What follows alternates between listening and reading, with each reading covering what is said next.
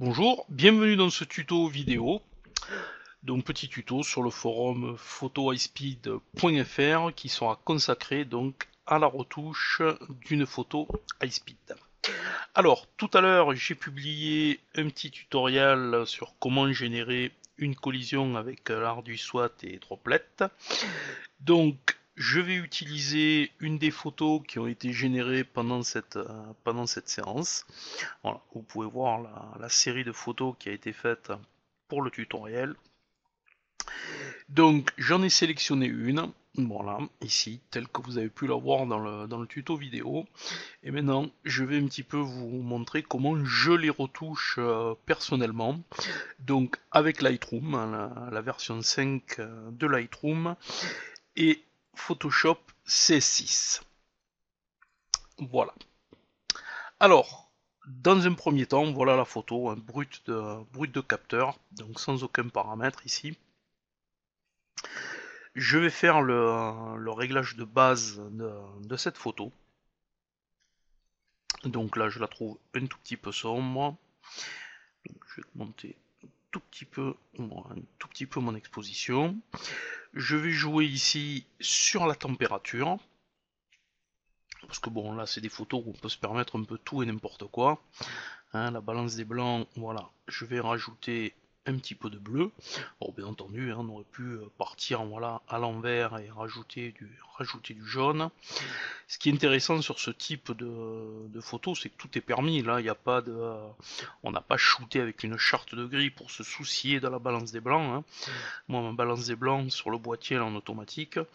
Donc, vous voyez qu'avec l'aide de ces deux curseurs, hein, vous pouvez ici jouer et trouver des petites choses sympas.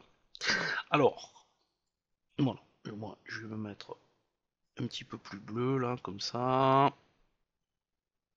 Voilà, pas trop, je veux pas que le fond devienne complètement bleu. Voilà, et la teinte, je la veux ici à 0, je veux pas qu'il me la corrige. Voilà, la luminosité, tout petit peu plus, voilà, le contraste je le laisse à 0. Je vais réduire un tout petit peu les hautes lumières, voilà. Alors, en faisant attention, là, si je réduis les hautes lumières totalement à fond, voilà, je vois le flash qui se trouve derrière la plaque de plexiglas, donc ça m'intéresse pas trop. Mais de toute façon, là, toute la partie haute de la photo, je vais l'effacer, donc c'est pas très gênant. Je vais me baser un petit peu plus sur ce que j'ai sur le bas, puisque c'est ça que je vais garder, hein, parce que je vais recadrer cette photo. Donc voilà, je baisse un petit peu mes hautes lumières. C'est un petit peu sombre en bas là, donc je vais ouvrir un petit peu les ombres. Voilà, éclaircir un petit peu, mais pas trop. Je vais régler le point blanc et le point noir sur la photo. Alors sur Lightroom, vous connaissez peut-être l'astuce, vous appuyez sur la touche Alt et vous la tenez enfoncée. Et quand vous cliquez ici sur le curseur, voilà, ça devient noir. Donc vous allez pouvoir augmenter les blancs, voilà. Et au fur et à mesure que vous augmentez les blancs, voilà, ça vous montre les zones cramées dans votre photo. Donc en fait, il faut régler le point blanc. Voilà. Quand vous voyez que ça commence à apparaître un petit peu dans votre photo, voilà, vous arrêtez. Vous faites la même chose sur le point noir. Voilà. Vous voyez, si je m'augmente les noirs, on voit immédiatement où ils sont, où ils apparaissent. Donc je vais avoir des noirs bouchés. Donc hop, je cherche là, je cale mon point noir dans la photo. Voilà, c'est relativement sympathique pour le moment. Je mets un petit peu plus de clarté à mon image, ici, un petit peu plus de vibrance et un petit peu plus de saturation.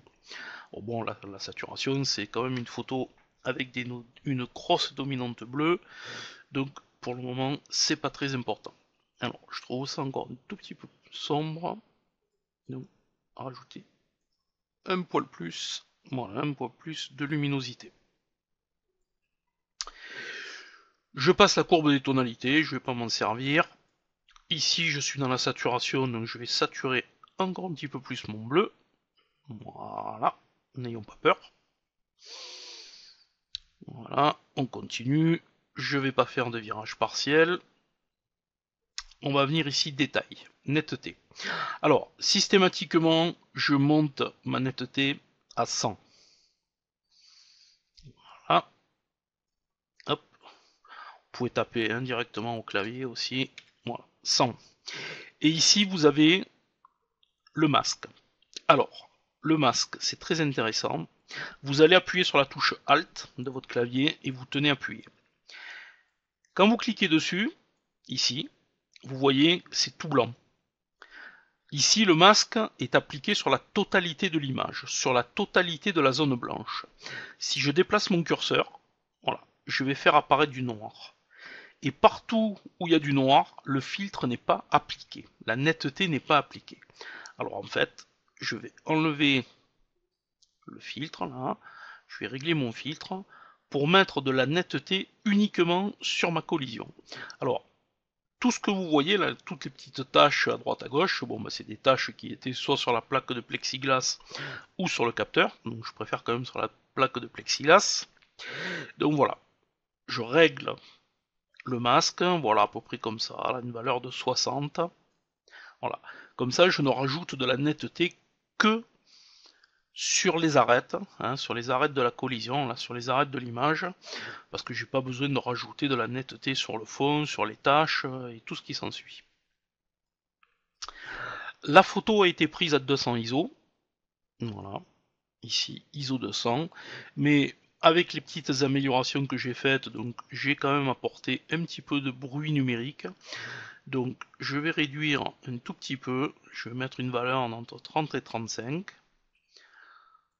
voire 40, voilà, en fonction de ce que ça fait. Voilà, ça enlève un petit peu. Alors on peut activer les profils de correction, hein, le profil de correction de l'objectif. Bon, là ça apporte, hein, comme vous voyez, ça apporte pas grand chose. Le 100 macro que j'utilise, c'est un 100 de la série L, bon il est correct. Donc il n'y a pas beaucoup de soucis à ce niveau-là. Je vais faire mon recadrage. Voilà. Donc pour la recadrer, hop, je vais la passer en portrait plutôt qu'en paysage. Donc je vais me mettre ça comme ça. Je vais ajuster le cadre de la photo. Voilà. On va enlever un petit peu en haut, ça fera ça de moins, ça effacer, donc je la centre. Et surtout, ce que je vais faire attention, c'est que la hauteur, là, vous voyez, là, le bord, l'arrière du bol, ici, que la hauteur ici soit la même que celle-là. Sinon, on va avoir l'impression que c'est de traviole. Donc, on fait afficher la petite grille. Voilà. Et en s'aidant des petites lignes, voilà. Je vais ajuster la photo. Voilà. Comme ça, la distance qui est ici et ici est la même. C'est pas mal du tout. Voilà. Ça, c'est mon premier passage. Je vérifie avant de basculer dans Photoshop si je peux peut-être encore améliorer quelque chose. Là, je vais baisser peut-être un petit peu. Non, remettre un tout petit peu ici. Voilà. Après, ce sera trop tard. Remettre un tout petit peu de noir en revanche. Voilà. Faire des petits ajustements. Voilà. Après, la partie intéressante, ça va être dans Photoshop. Alors, pour aller dans Photoshop,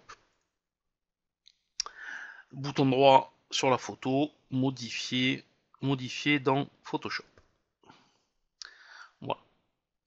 Hop, c'est en train de s'ouvrir dans Photoshop. Donc, je préfère le profil incorporé, hein, c'est le profil de mon appareil photo, voilà, hein, ProPhoto RGB, donc on garde celui-là. Ok, j'agrandis la fenêtre, je fais disparaître ceci. Voilà. Alors, dans toutes ces photos de waterdrop où on a un fond très uniforme, il faut enlever un petit peu tout ce qui nous gêne, là, les petites éclaboussures, les petites gouttes. Je vais enlever donc toute cette grosse goutte là avec le filet baveux là entre guillemets. Donc je vais utiliser ici les niveaux. vous cliquez ici sur le calque de niveau, donc ça vous insère un calque de réglage de niveau, et vous allez venir ici, là, sur le milieu, et vous le déplacez complètement, là, le plus possible. Voilà. Vous le déplacez sur la droite, et vous voyez, on noircit la photo, là, on donne quelque chose de pas très très beau, mais ça nous met en évidence toutes les tâches, tous les défauts qui se trouvent à l'arrière de la photo. Voilà.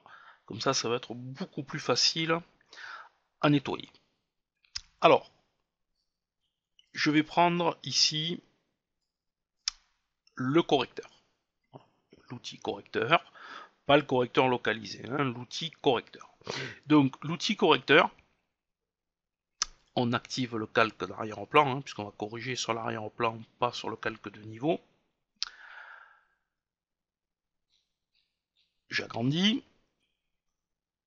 Avec la touche Alt et le bouton droit de la souris enfoncé, je règle mon pinceau. Voilà, le diamètre du pinceau. Donc je prends un diamètre de pinceau adapté au diamètre de la petite tâche là, que je veux enlever. Je clique ici dans une zone propre et je viens peindre sur la petite tâche. Là, vous voyez, il y en a encore une. Hop, ici, pareil. Là, il y en a une petite. Voilà. Alors, généralement, ne prenez pas des pinceaux très très gros. Prenez vraiment, voilà, si je veux corriger cette tâche, là, je rajuste de suite mon pinceau, j'échantillonne et je corrige. Et prenez l'échantillon au plus proche. N'allez pas échantillonner ici sur le bord de l'image si votre correction doit être faite ici. Voilà. Je corrige la petite tâche, oui, c'est pas parti correctement, donc on peut passer plusieurs fois quand le résultat est pas bon du premier coup. Voilà. Hop, j'ai perdu ma souris, pardon. Voilà, on échantillonne ici. Ça, on va l'enlever tout à l'heure. On va vraiment faire le tour de l'image. Vous voyez là, ces petites taches là, il faut bien les enlever. Alors, si vous destinez votre image uniquement au web, ou à être visualisée sur un écran, c'est pas très important parce que vous ne le verrez pas. Mais si vous faites du tirage papier, ça va apparaître systématiquement. Hein. Sur des tirages papier de haute qualité, vous les retrouvez, ces petites taches. Donc il faut vraiment les enlever. Hop, voilà. On échantillonne ici, là. On va enlever ça. On va enlever ça. On va enlever ça. Alors, oui, c'est pas. Des fois, il faut passer 2 fois. Alors, pas hésiter à repasser. Si ça marche pas d'un côté, vous échantillonnez au-dessus. Voilà. Ah, maintenant, on fait baver celle-là. Voilà. Attention, pas déplacer la tâche. Là. Les petites, là, ici. On va réduire un petit peu le pinceau. Voilà. Ici aussi, il y en a un petit peu de partout. Voilà. Il y en a une aussi. On l'enlève. Voilà. On refait le tour. Hop. Ouais, on a oublié une là. Bien couvrir toutes les zones de l'image hein, pour être sûr de bien enlever toutes les petites taches de partout. Voilà. Ça, on a dit qu'on s'en occupait tout à l'heure. Voilà. Voilà. On a fait le tour. Là, vous voyez, il y en a des toutes petites. Et si on n'avait pas mis l'outil niveau, on ne les verrait pas. Voilà. Voilà. On peut enlever ici l'outil niveau pour le moment. Hein, on ne l'efface pas, le calque de niveau, on en aura besoin. Voilà. Bien vérifier les petites tâches. Voilà. Que votre photo soit propre de partout. Bien. on va enlever là ce gros machin au milieu. Alors, je vais prendre l'outil sélection ici, tout simplement.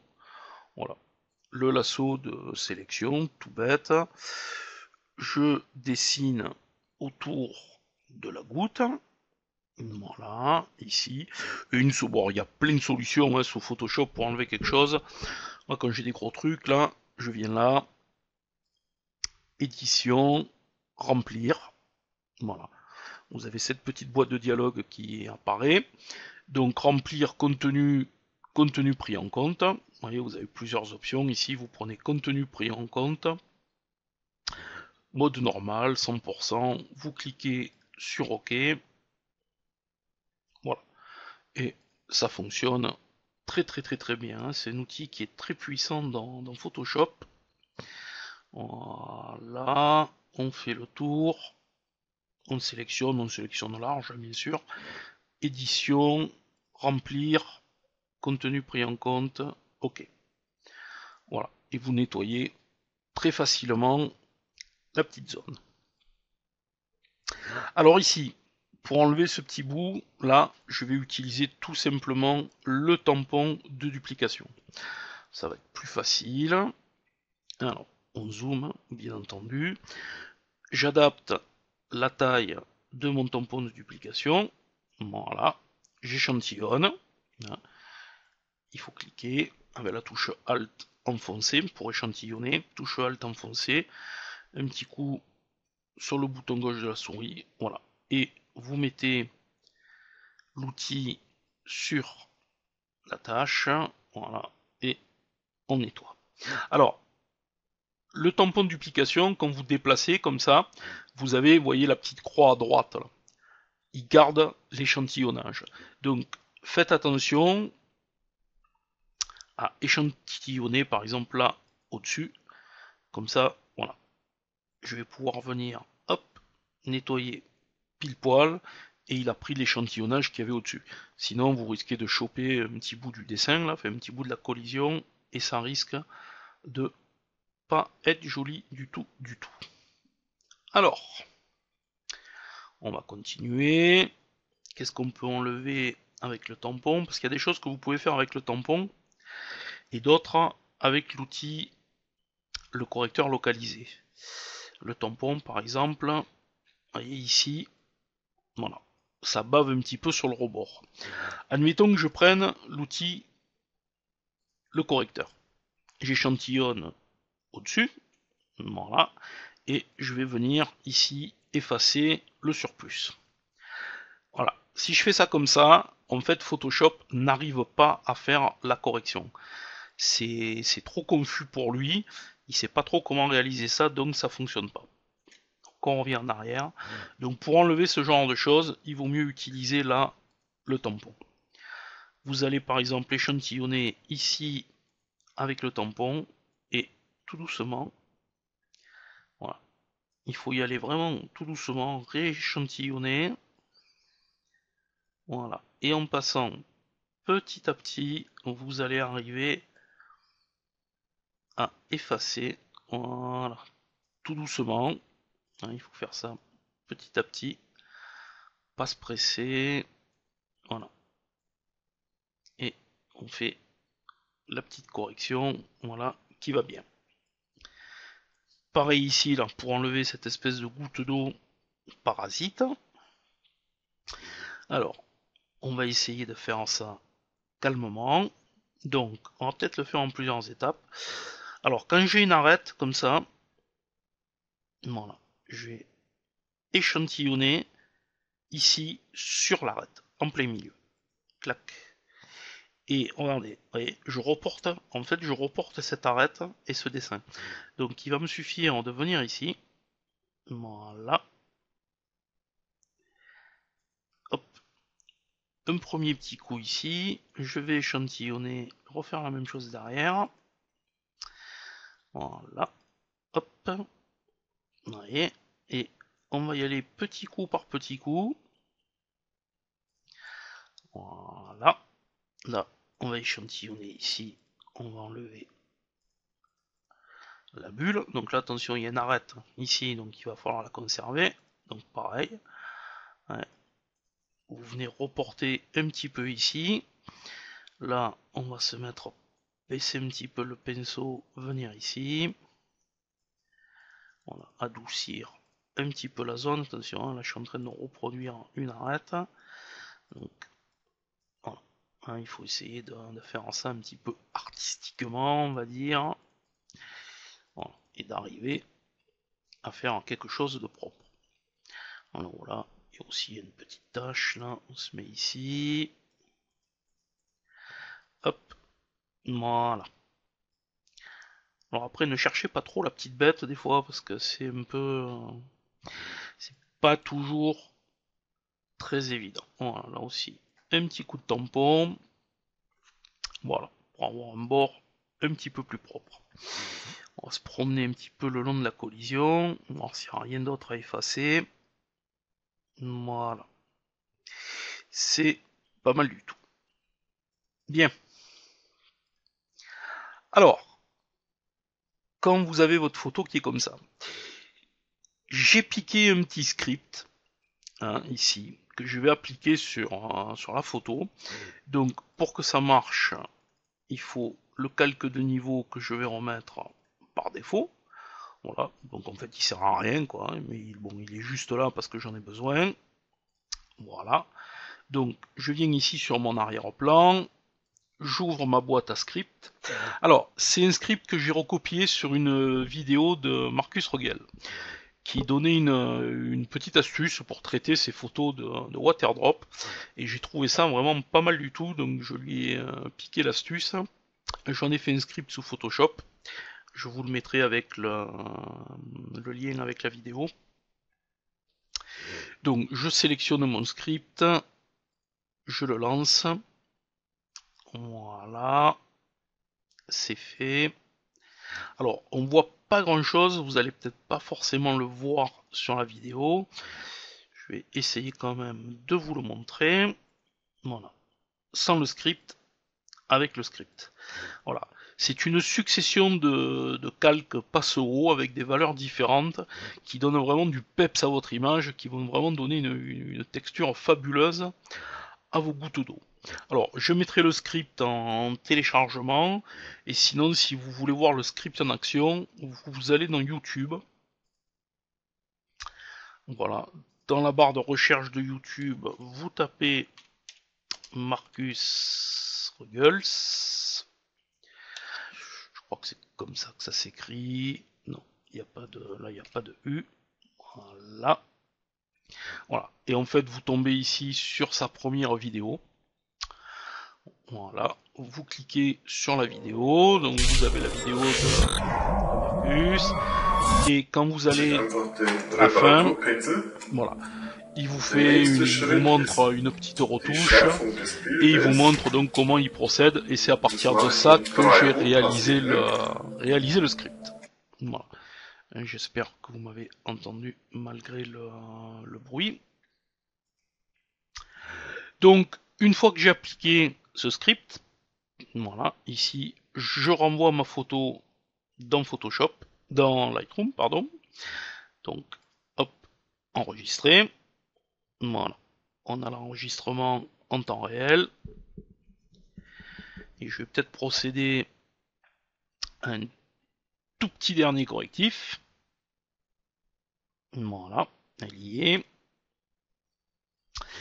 Voilà, je la trouve peut-être maintenant un petit peu claire, donc je vais baisser tout petit peu, non, pas trop l'exposition, parce que je vais faire remonter un petit peu de saleté sur le fond. Je vais utiliser ici le filtre radial dans Lightroom, qui est un outil assez sympathique.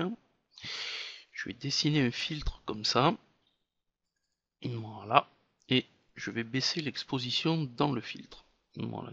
Tout petit peu. Je vais ajuster la taille du filtre. Voilà. Baisser un petit peu comme ça. Voilà. Baisser encore tout petit peu l'exposition. Pas trop. Voilà. Je trouve ça assez sympathique. Voilà. C'est un outil, ça c'est très pratique ça.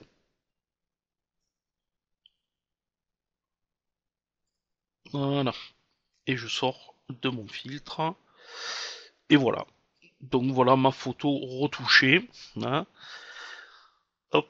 Donc on est parti. On est parti de ça. Voilà. Pour arriver à ceci. Voilà, si vous avez des questions, vous n'hésitez pas sur le forum à me les poser et je me ferai un plaisir de vous détailler tout ça. Merci de m'avoir suivi.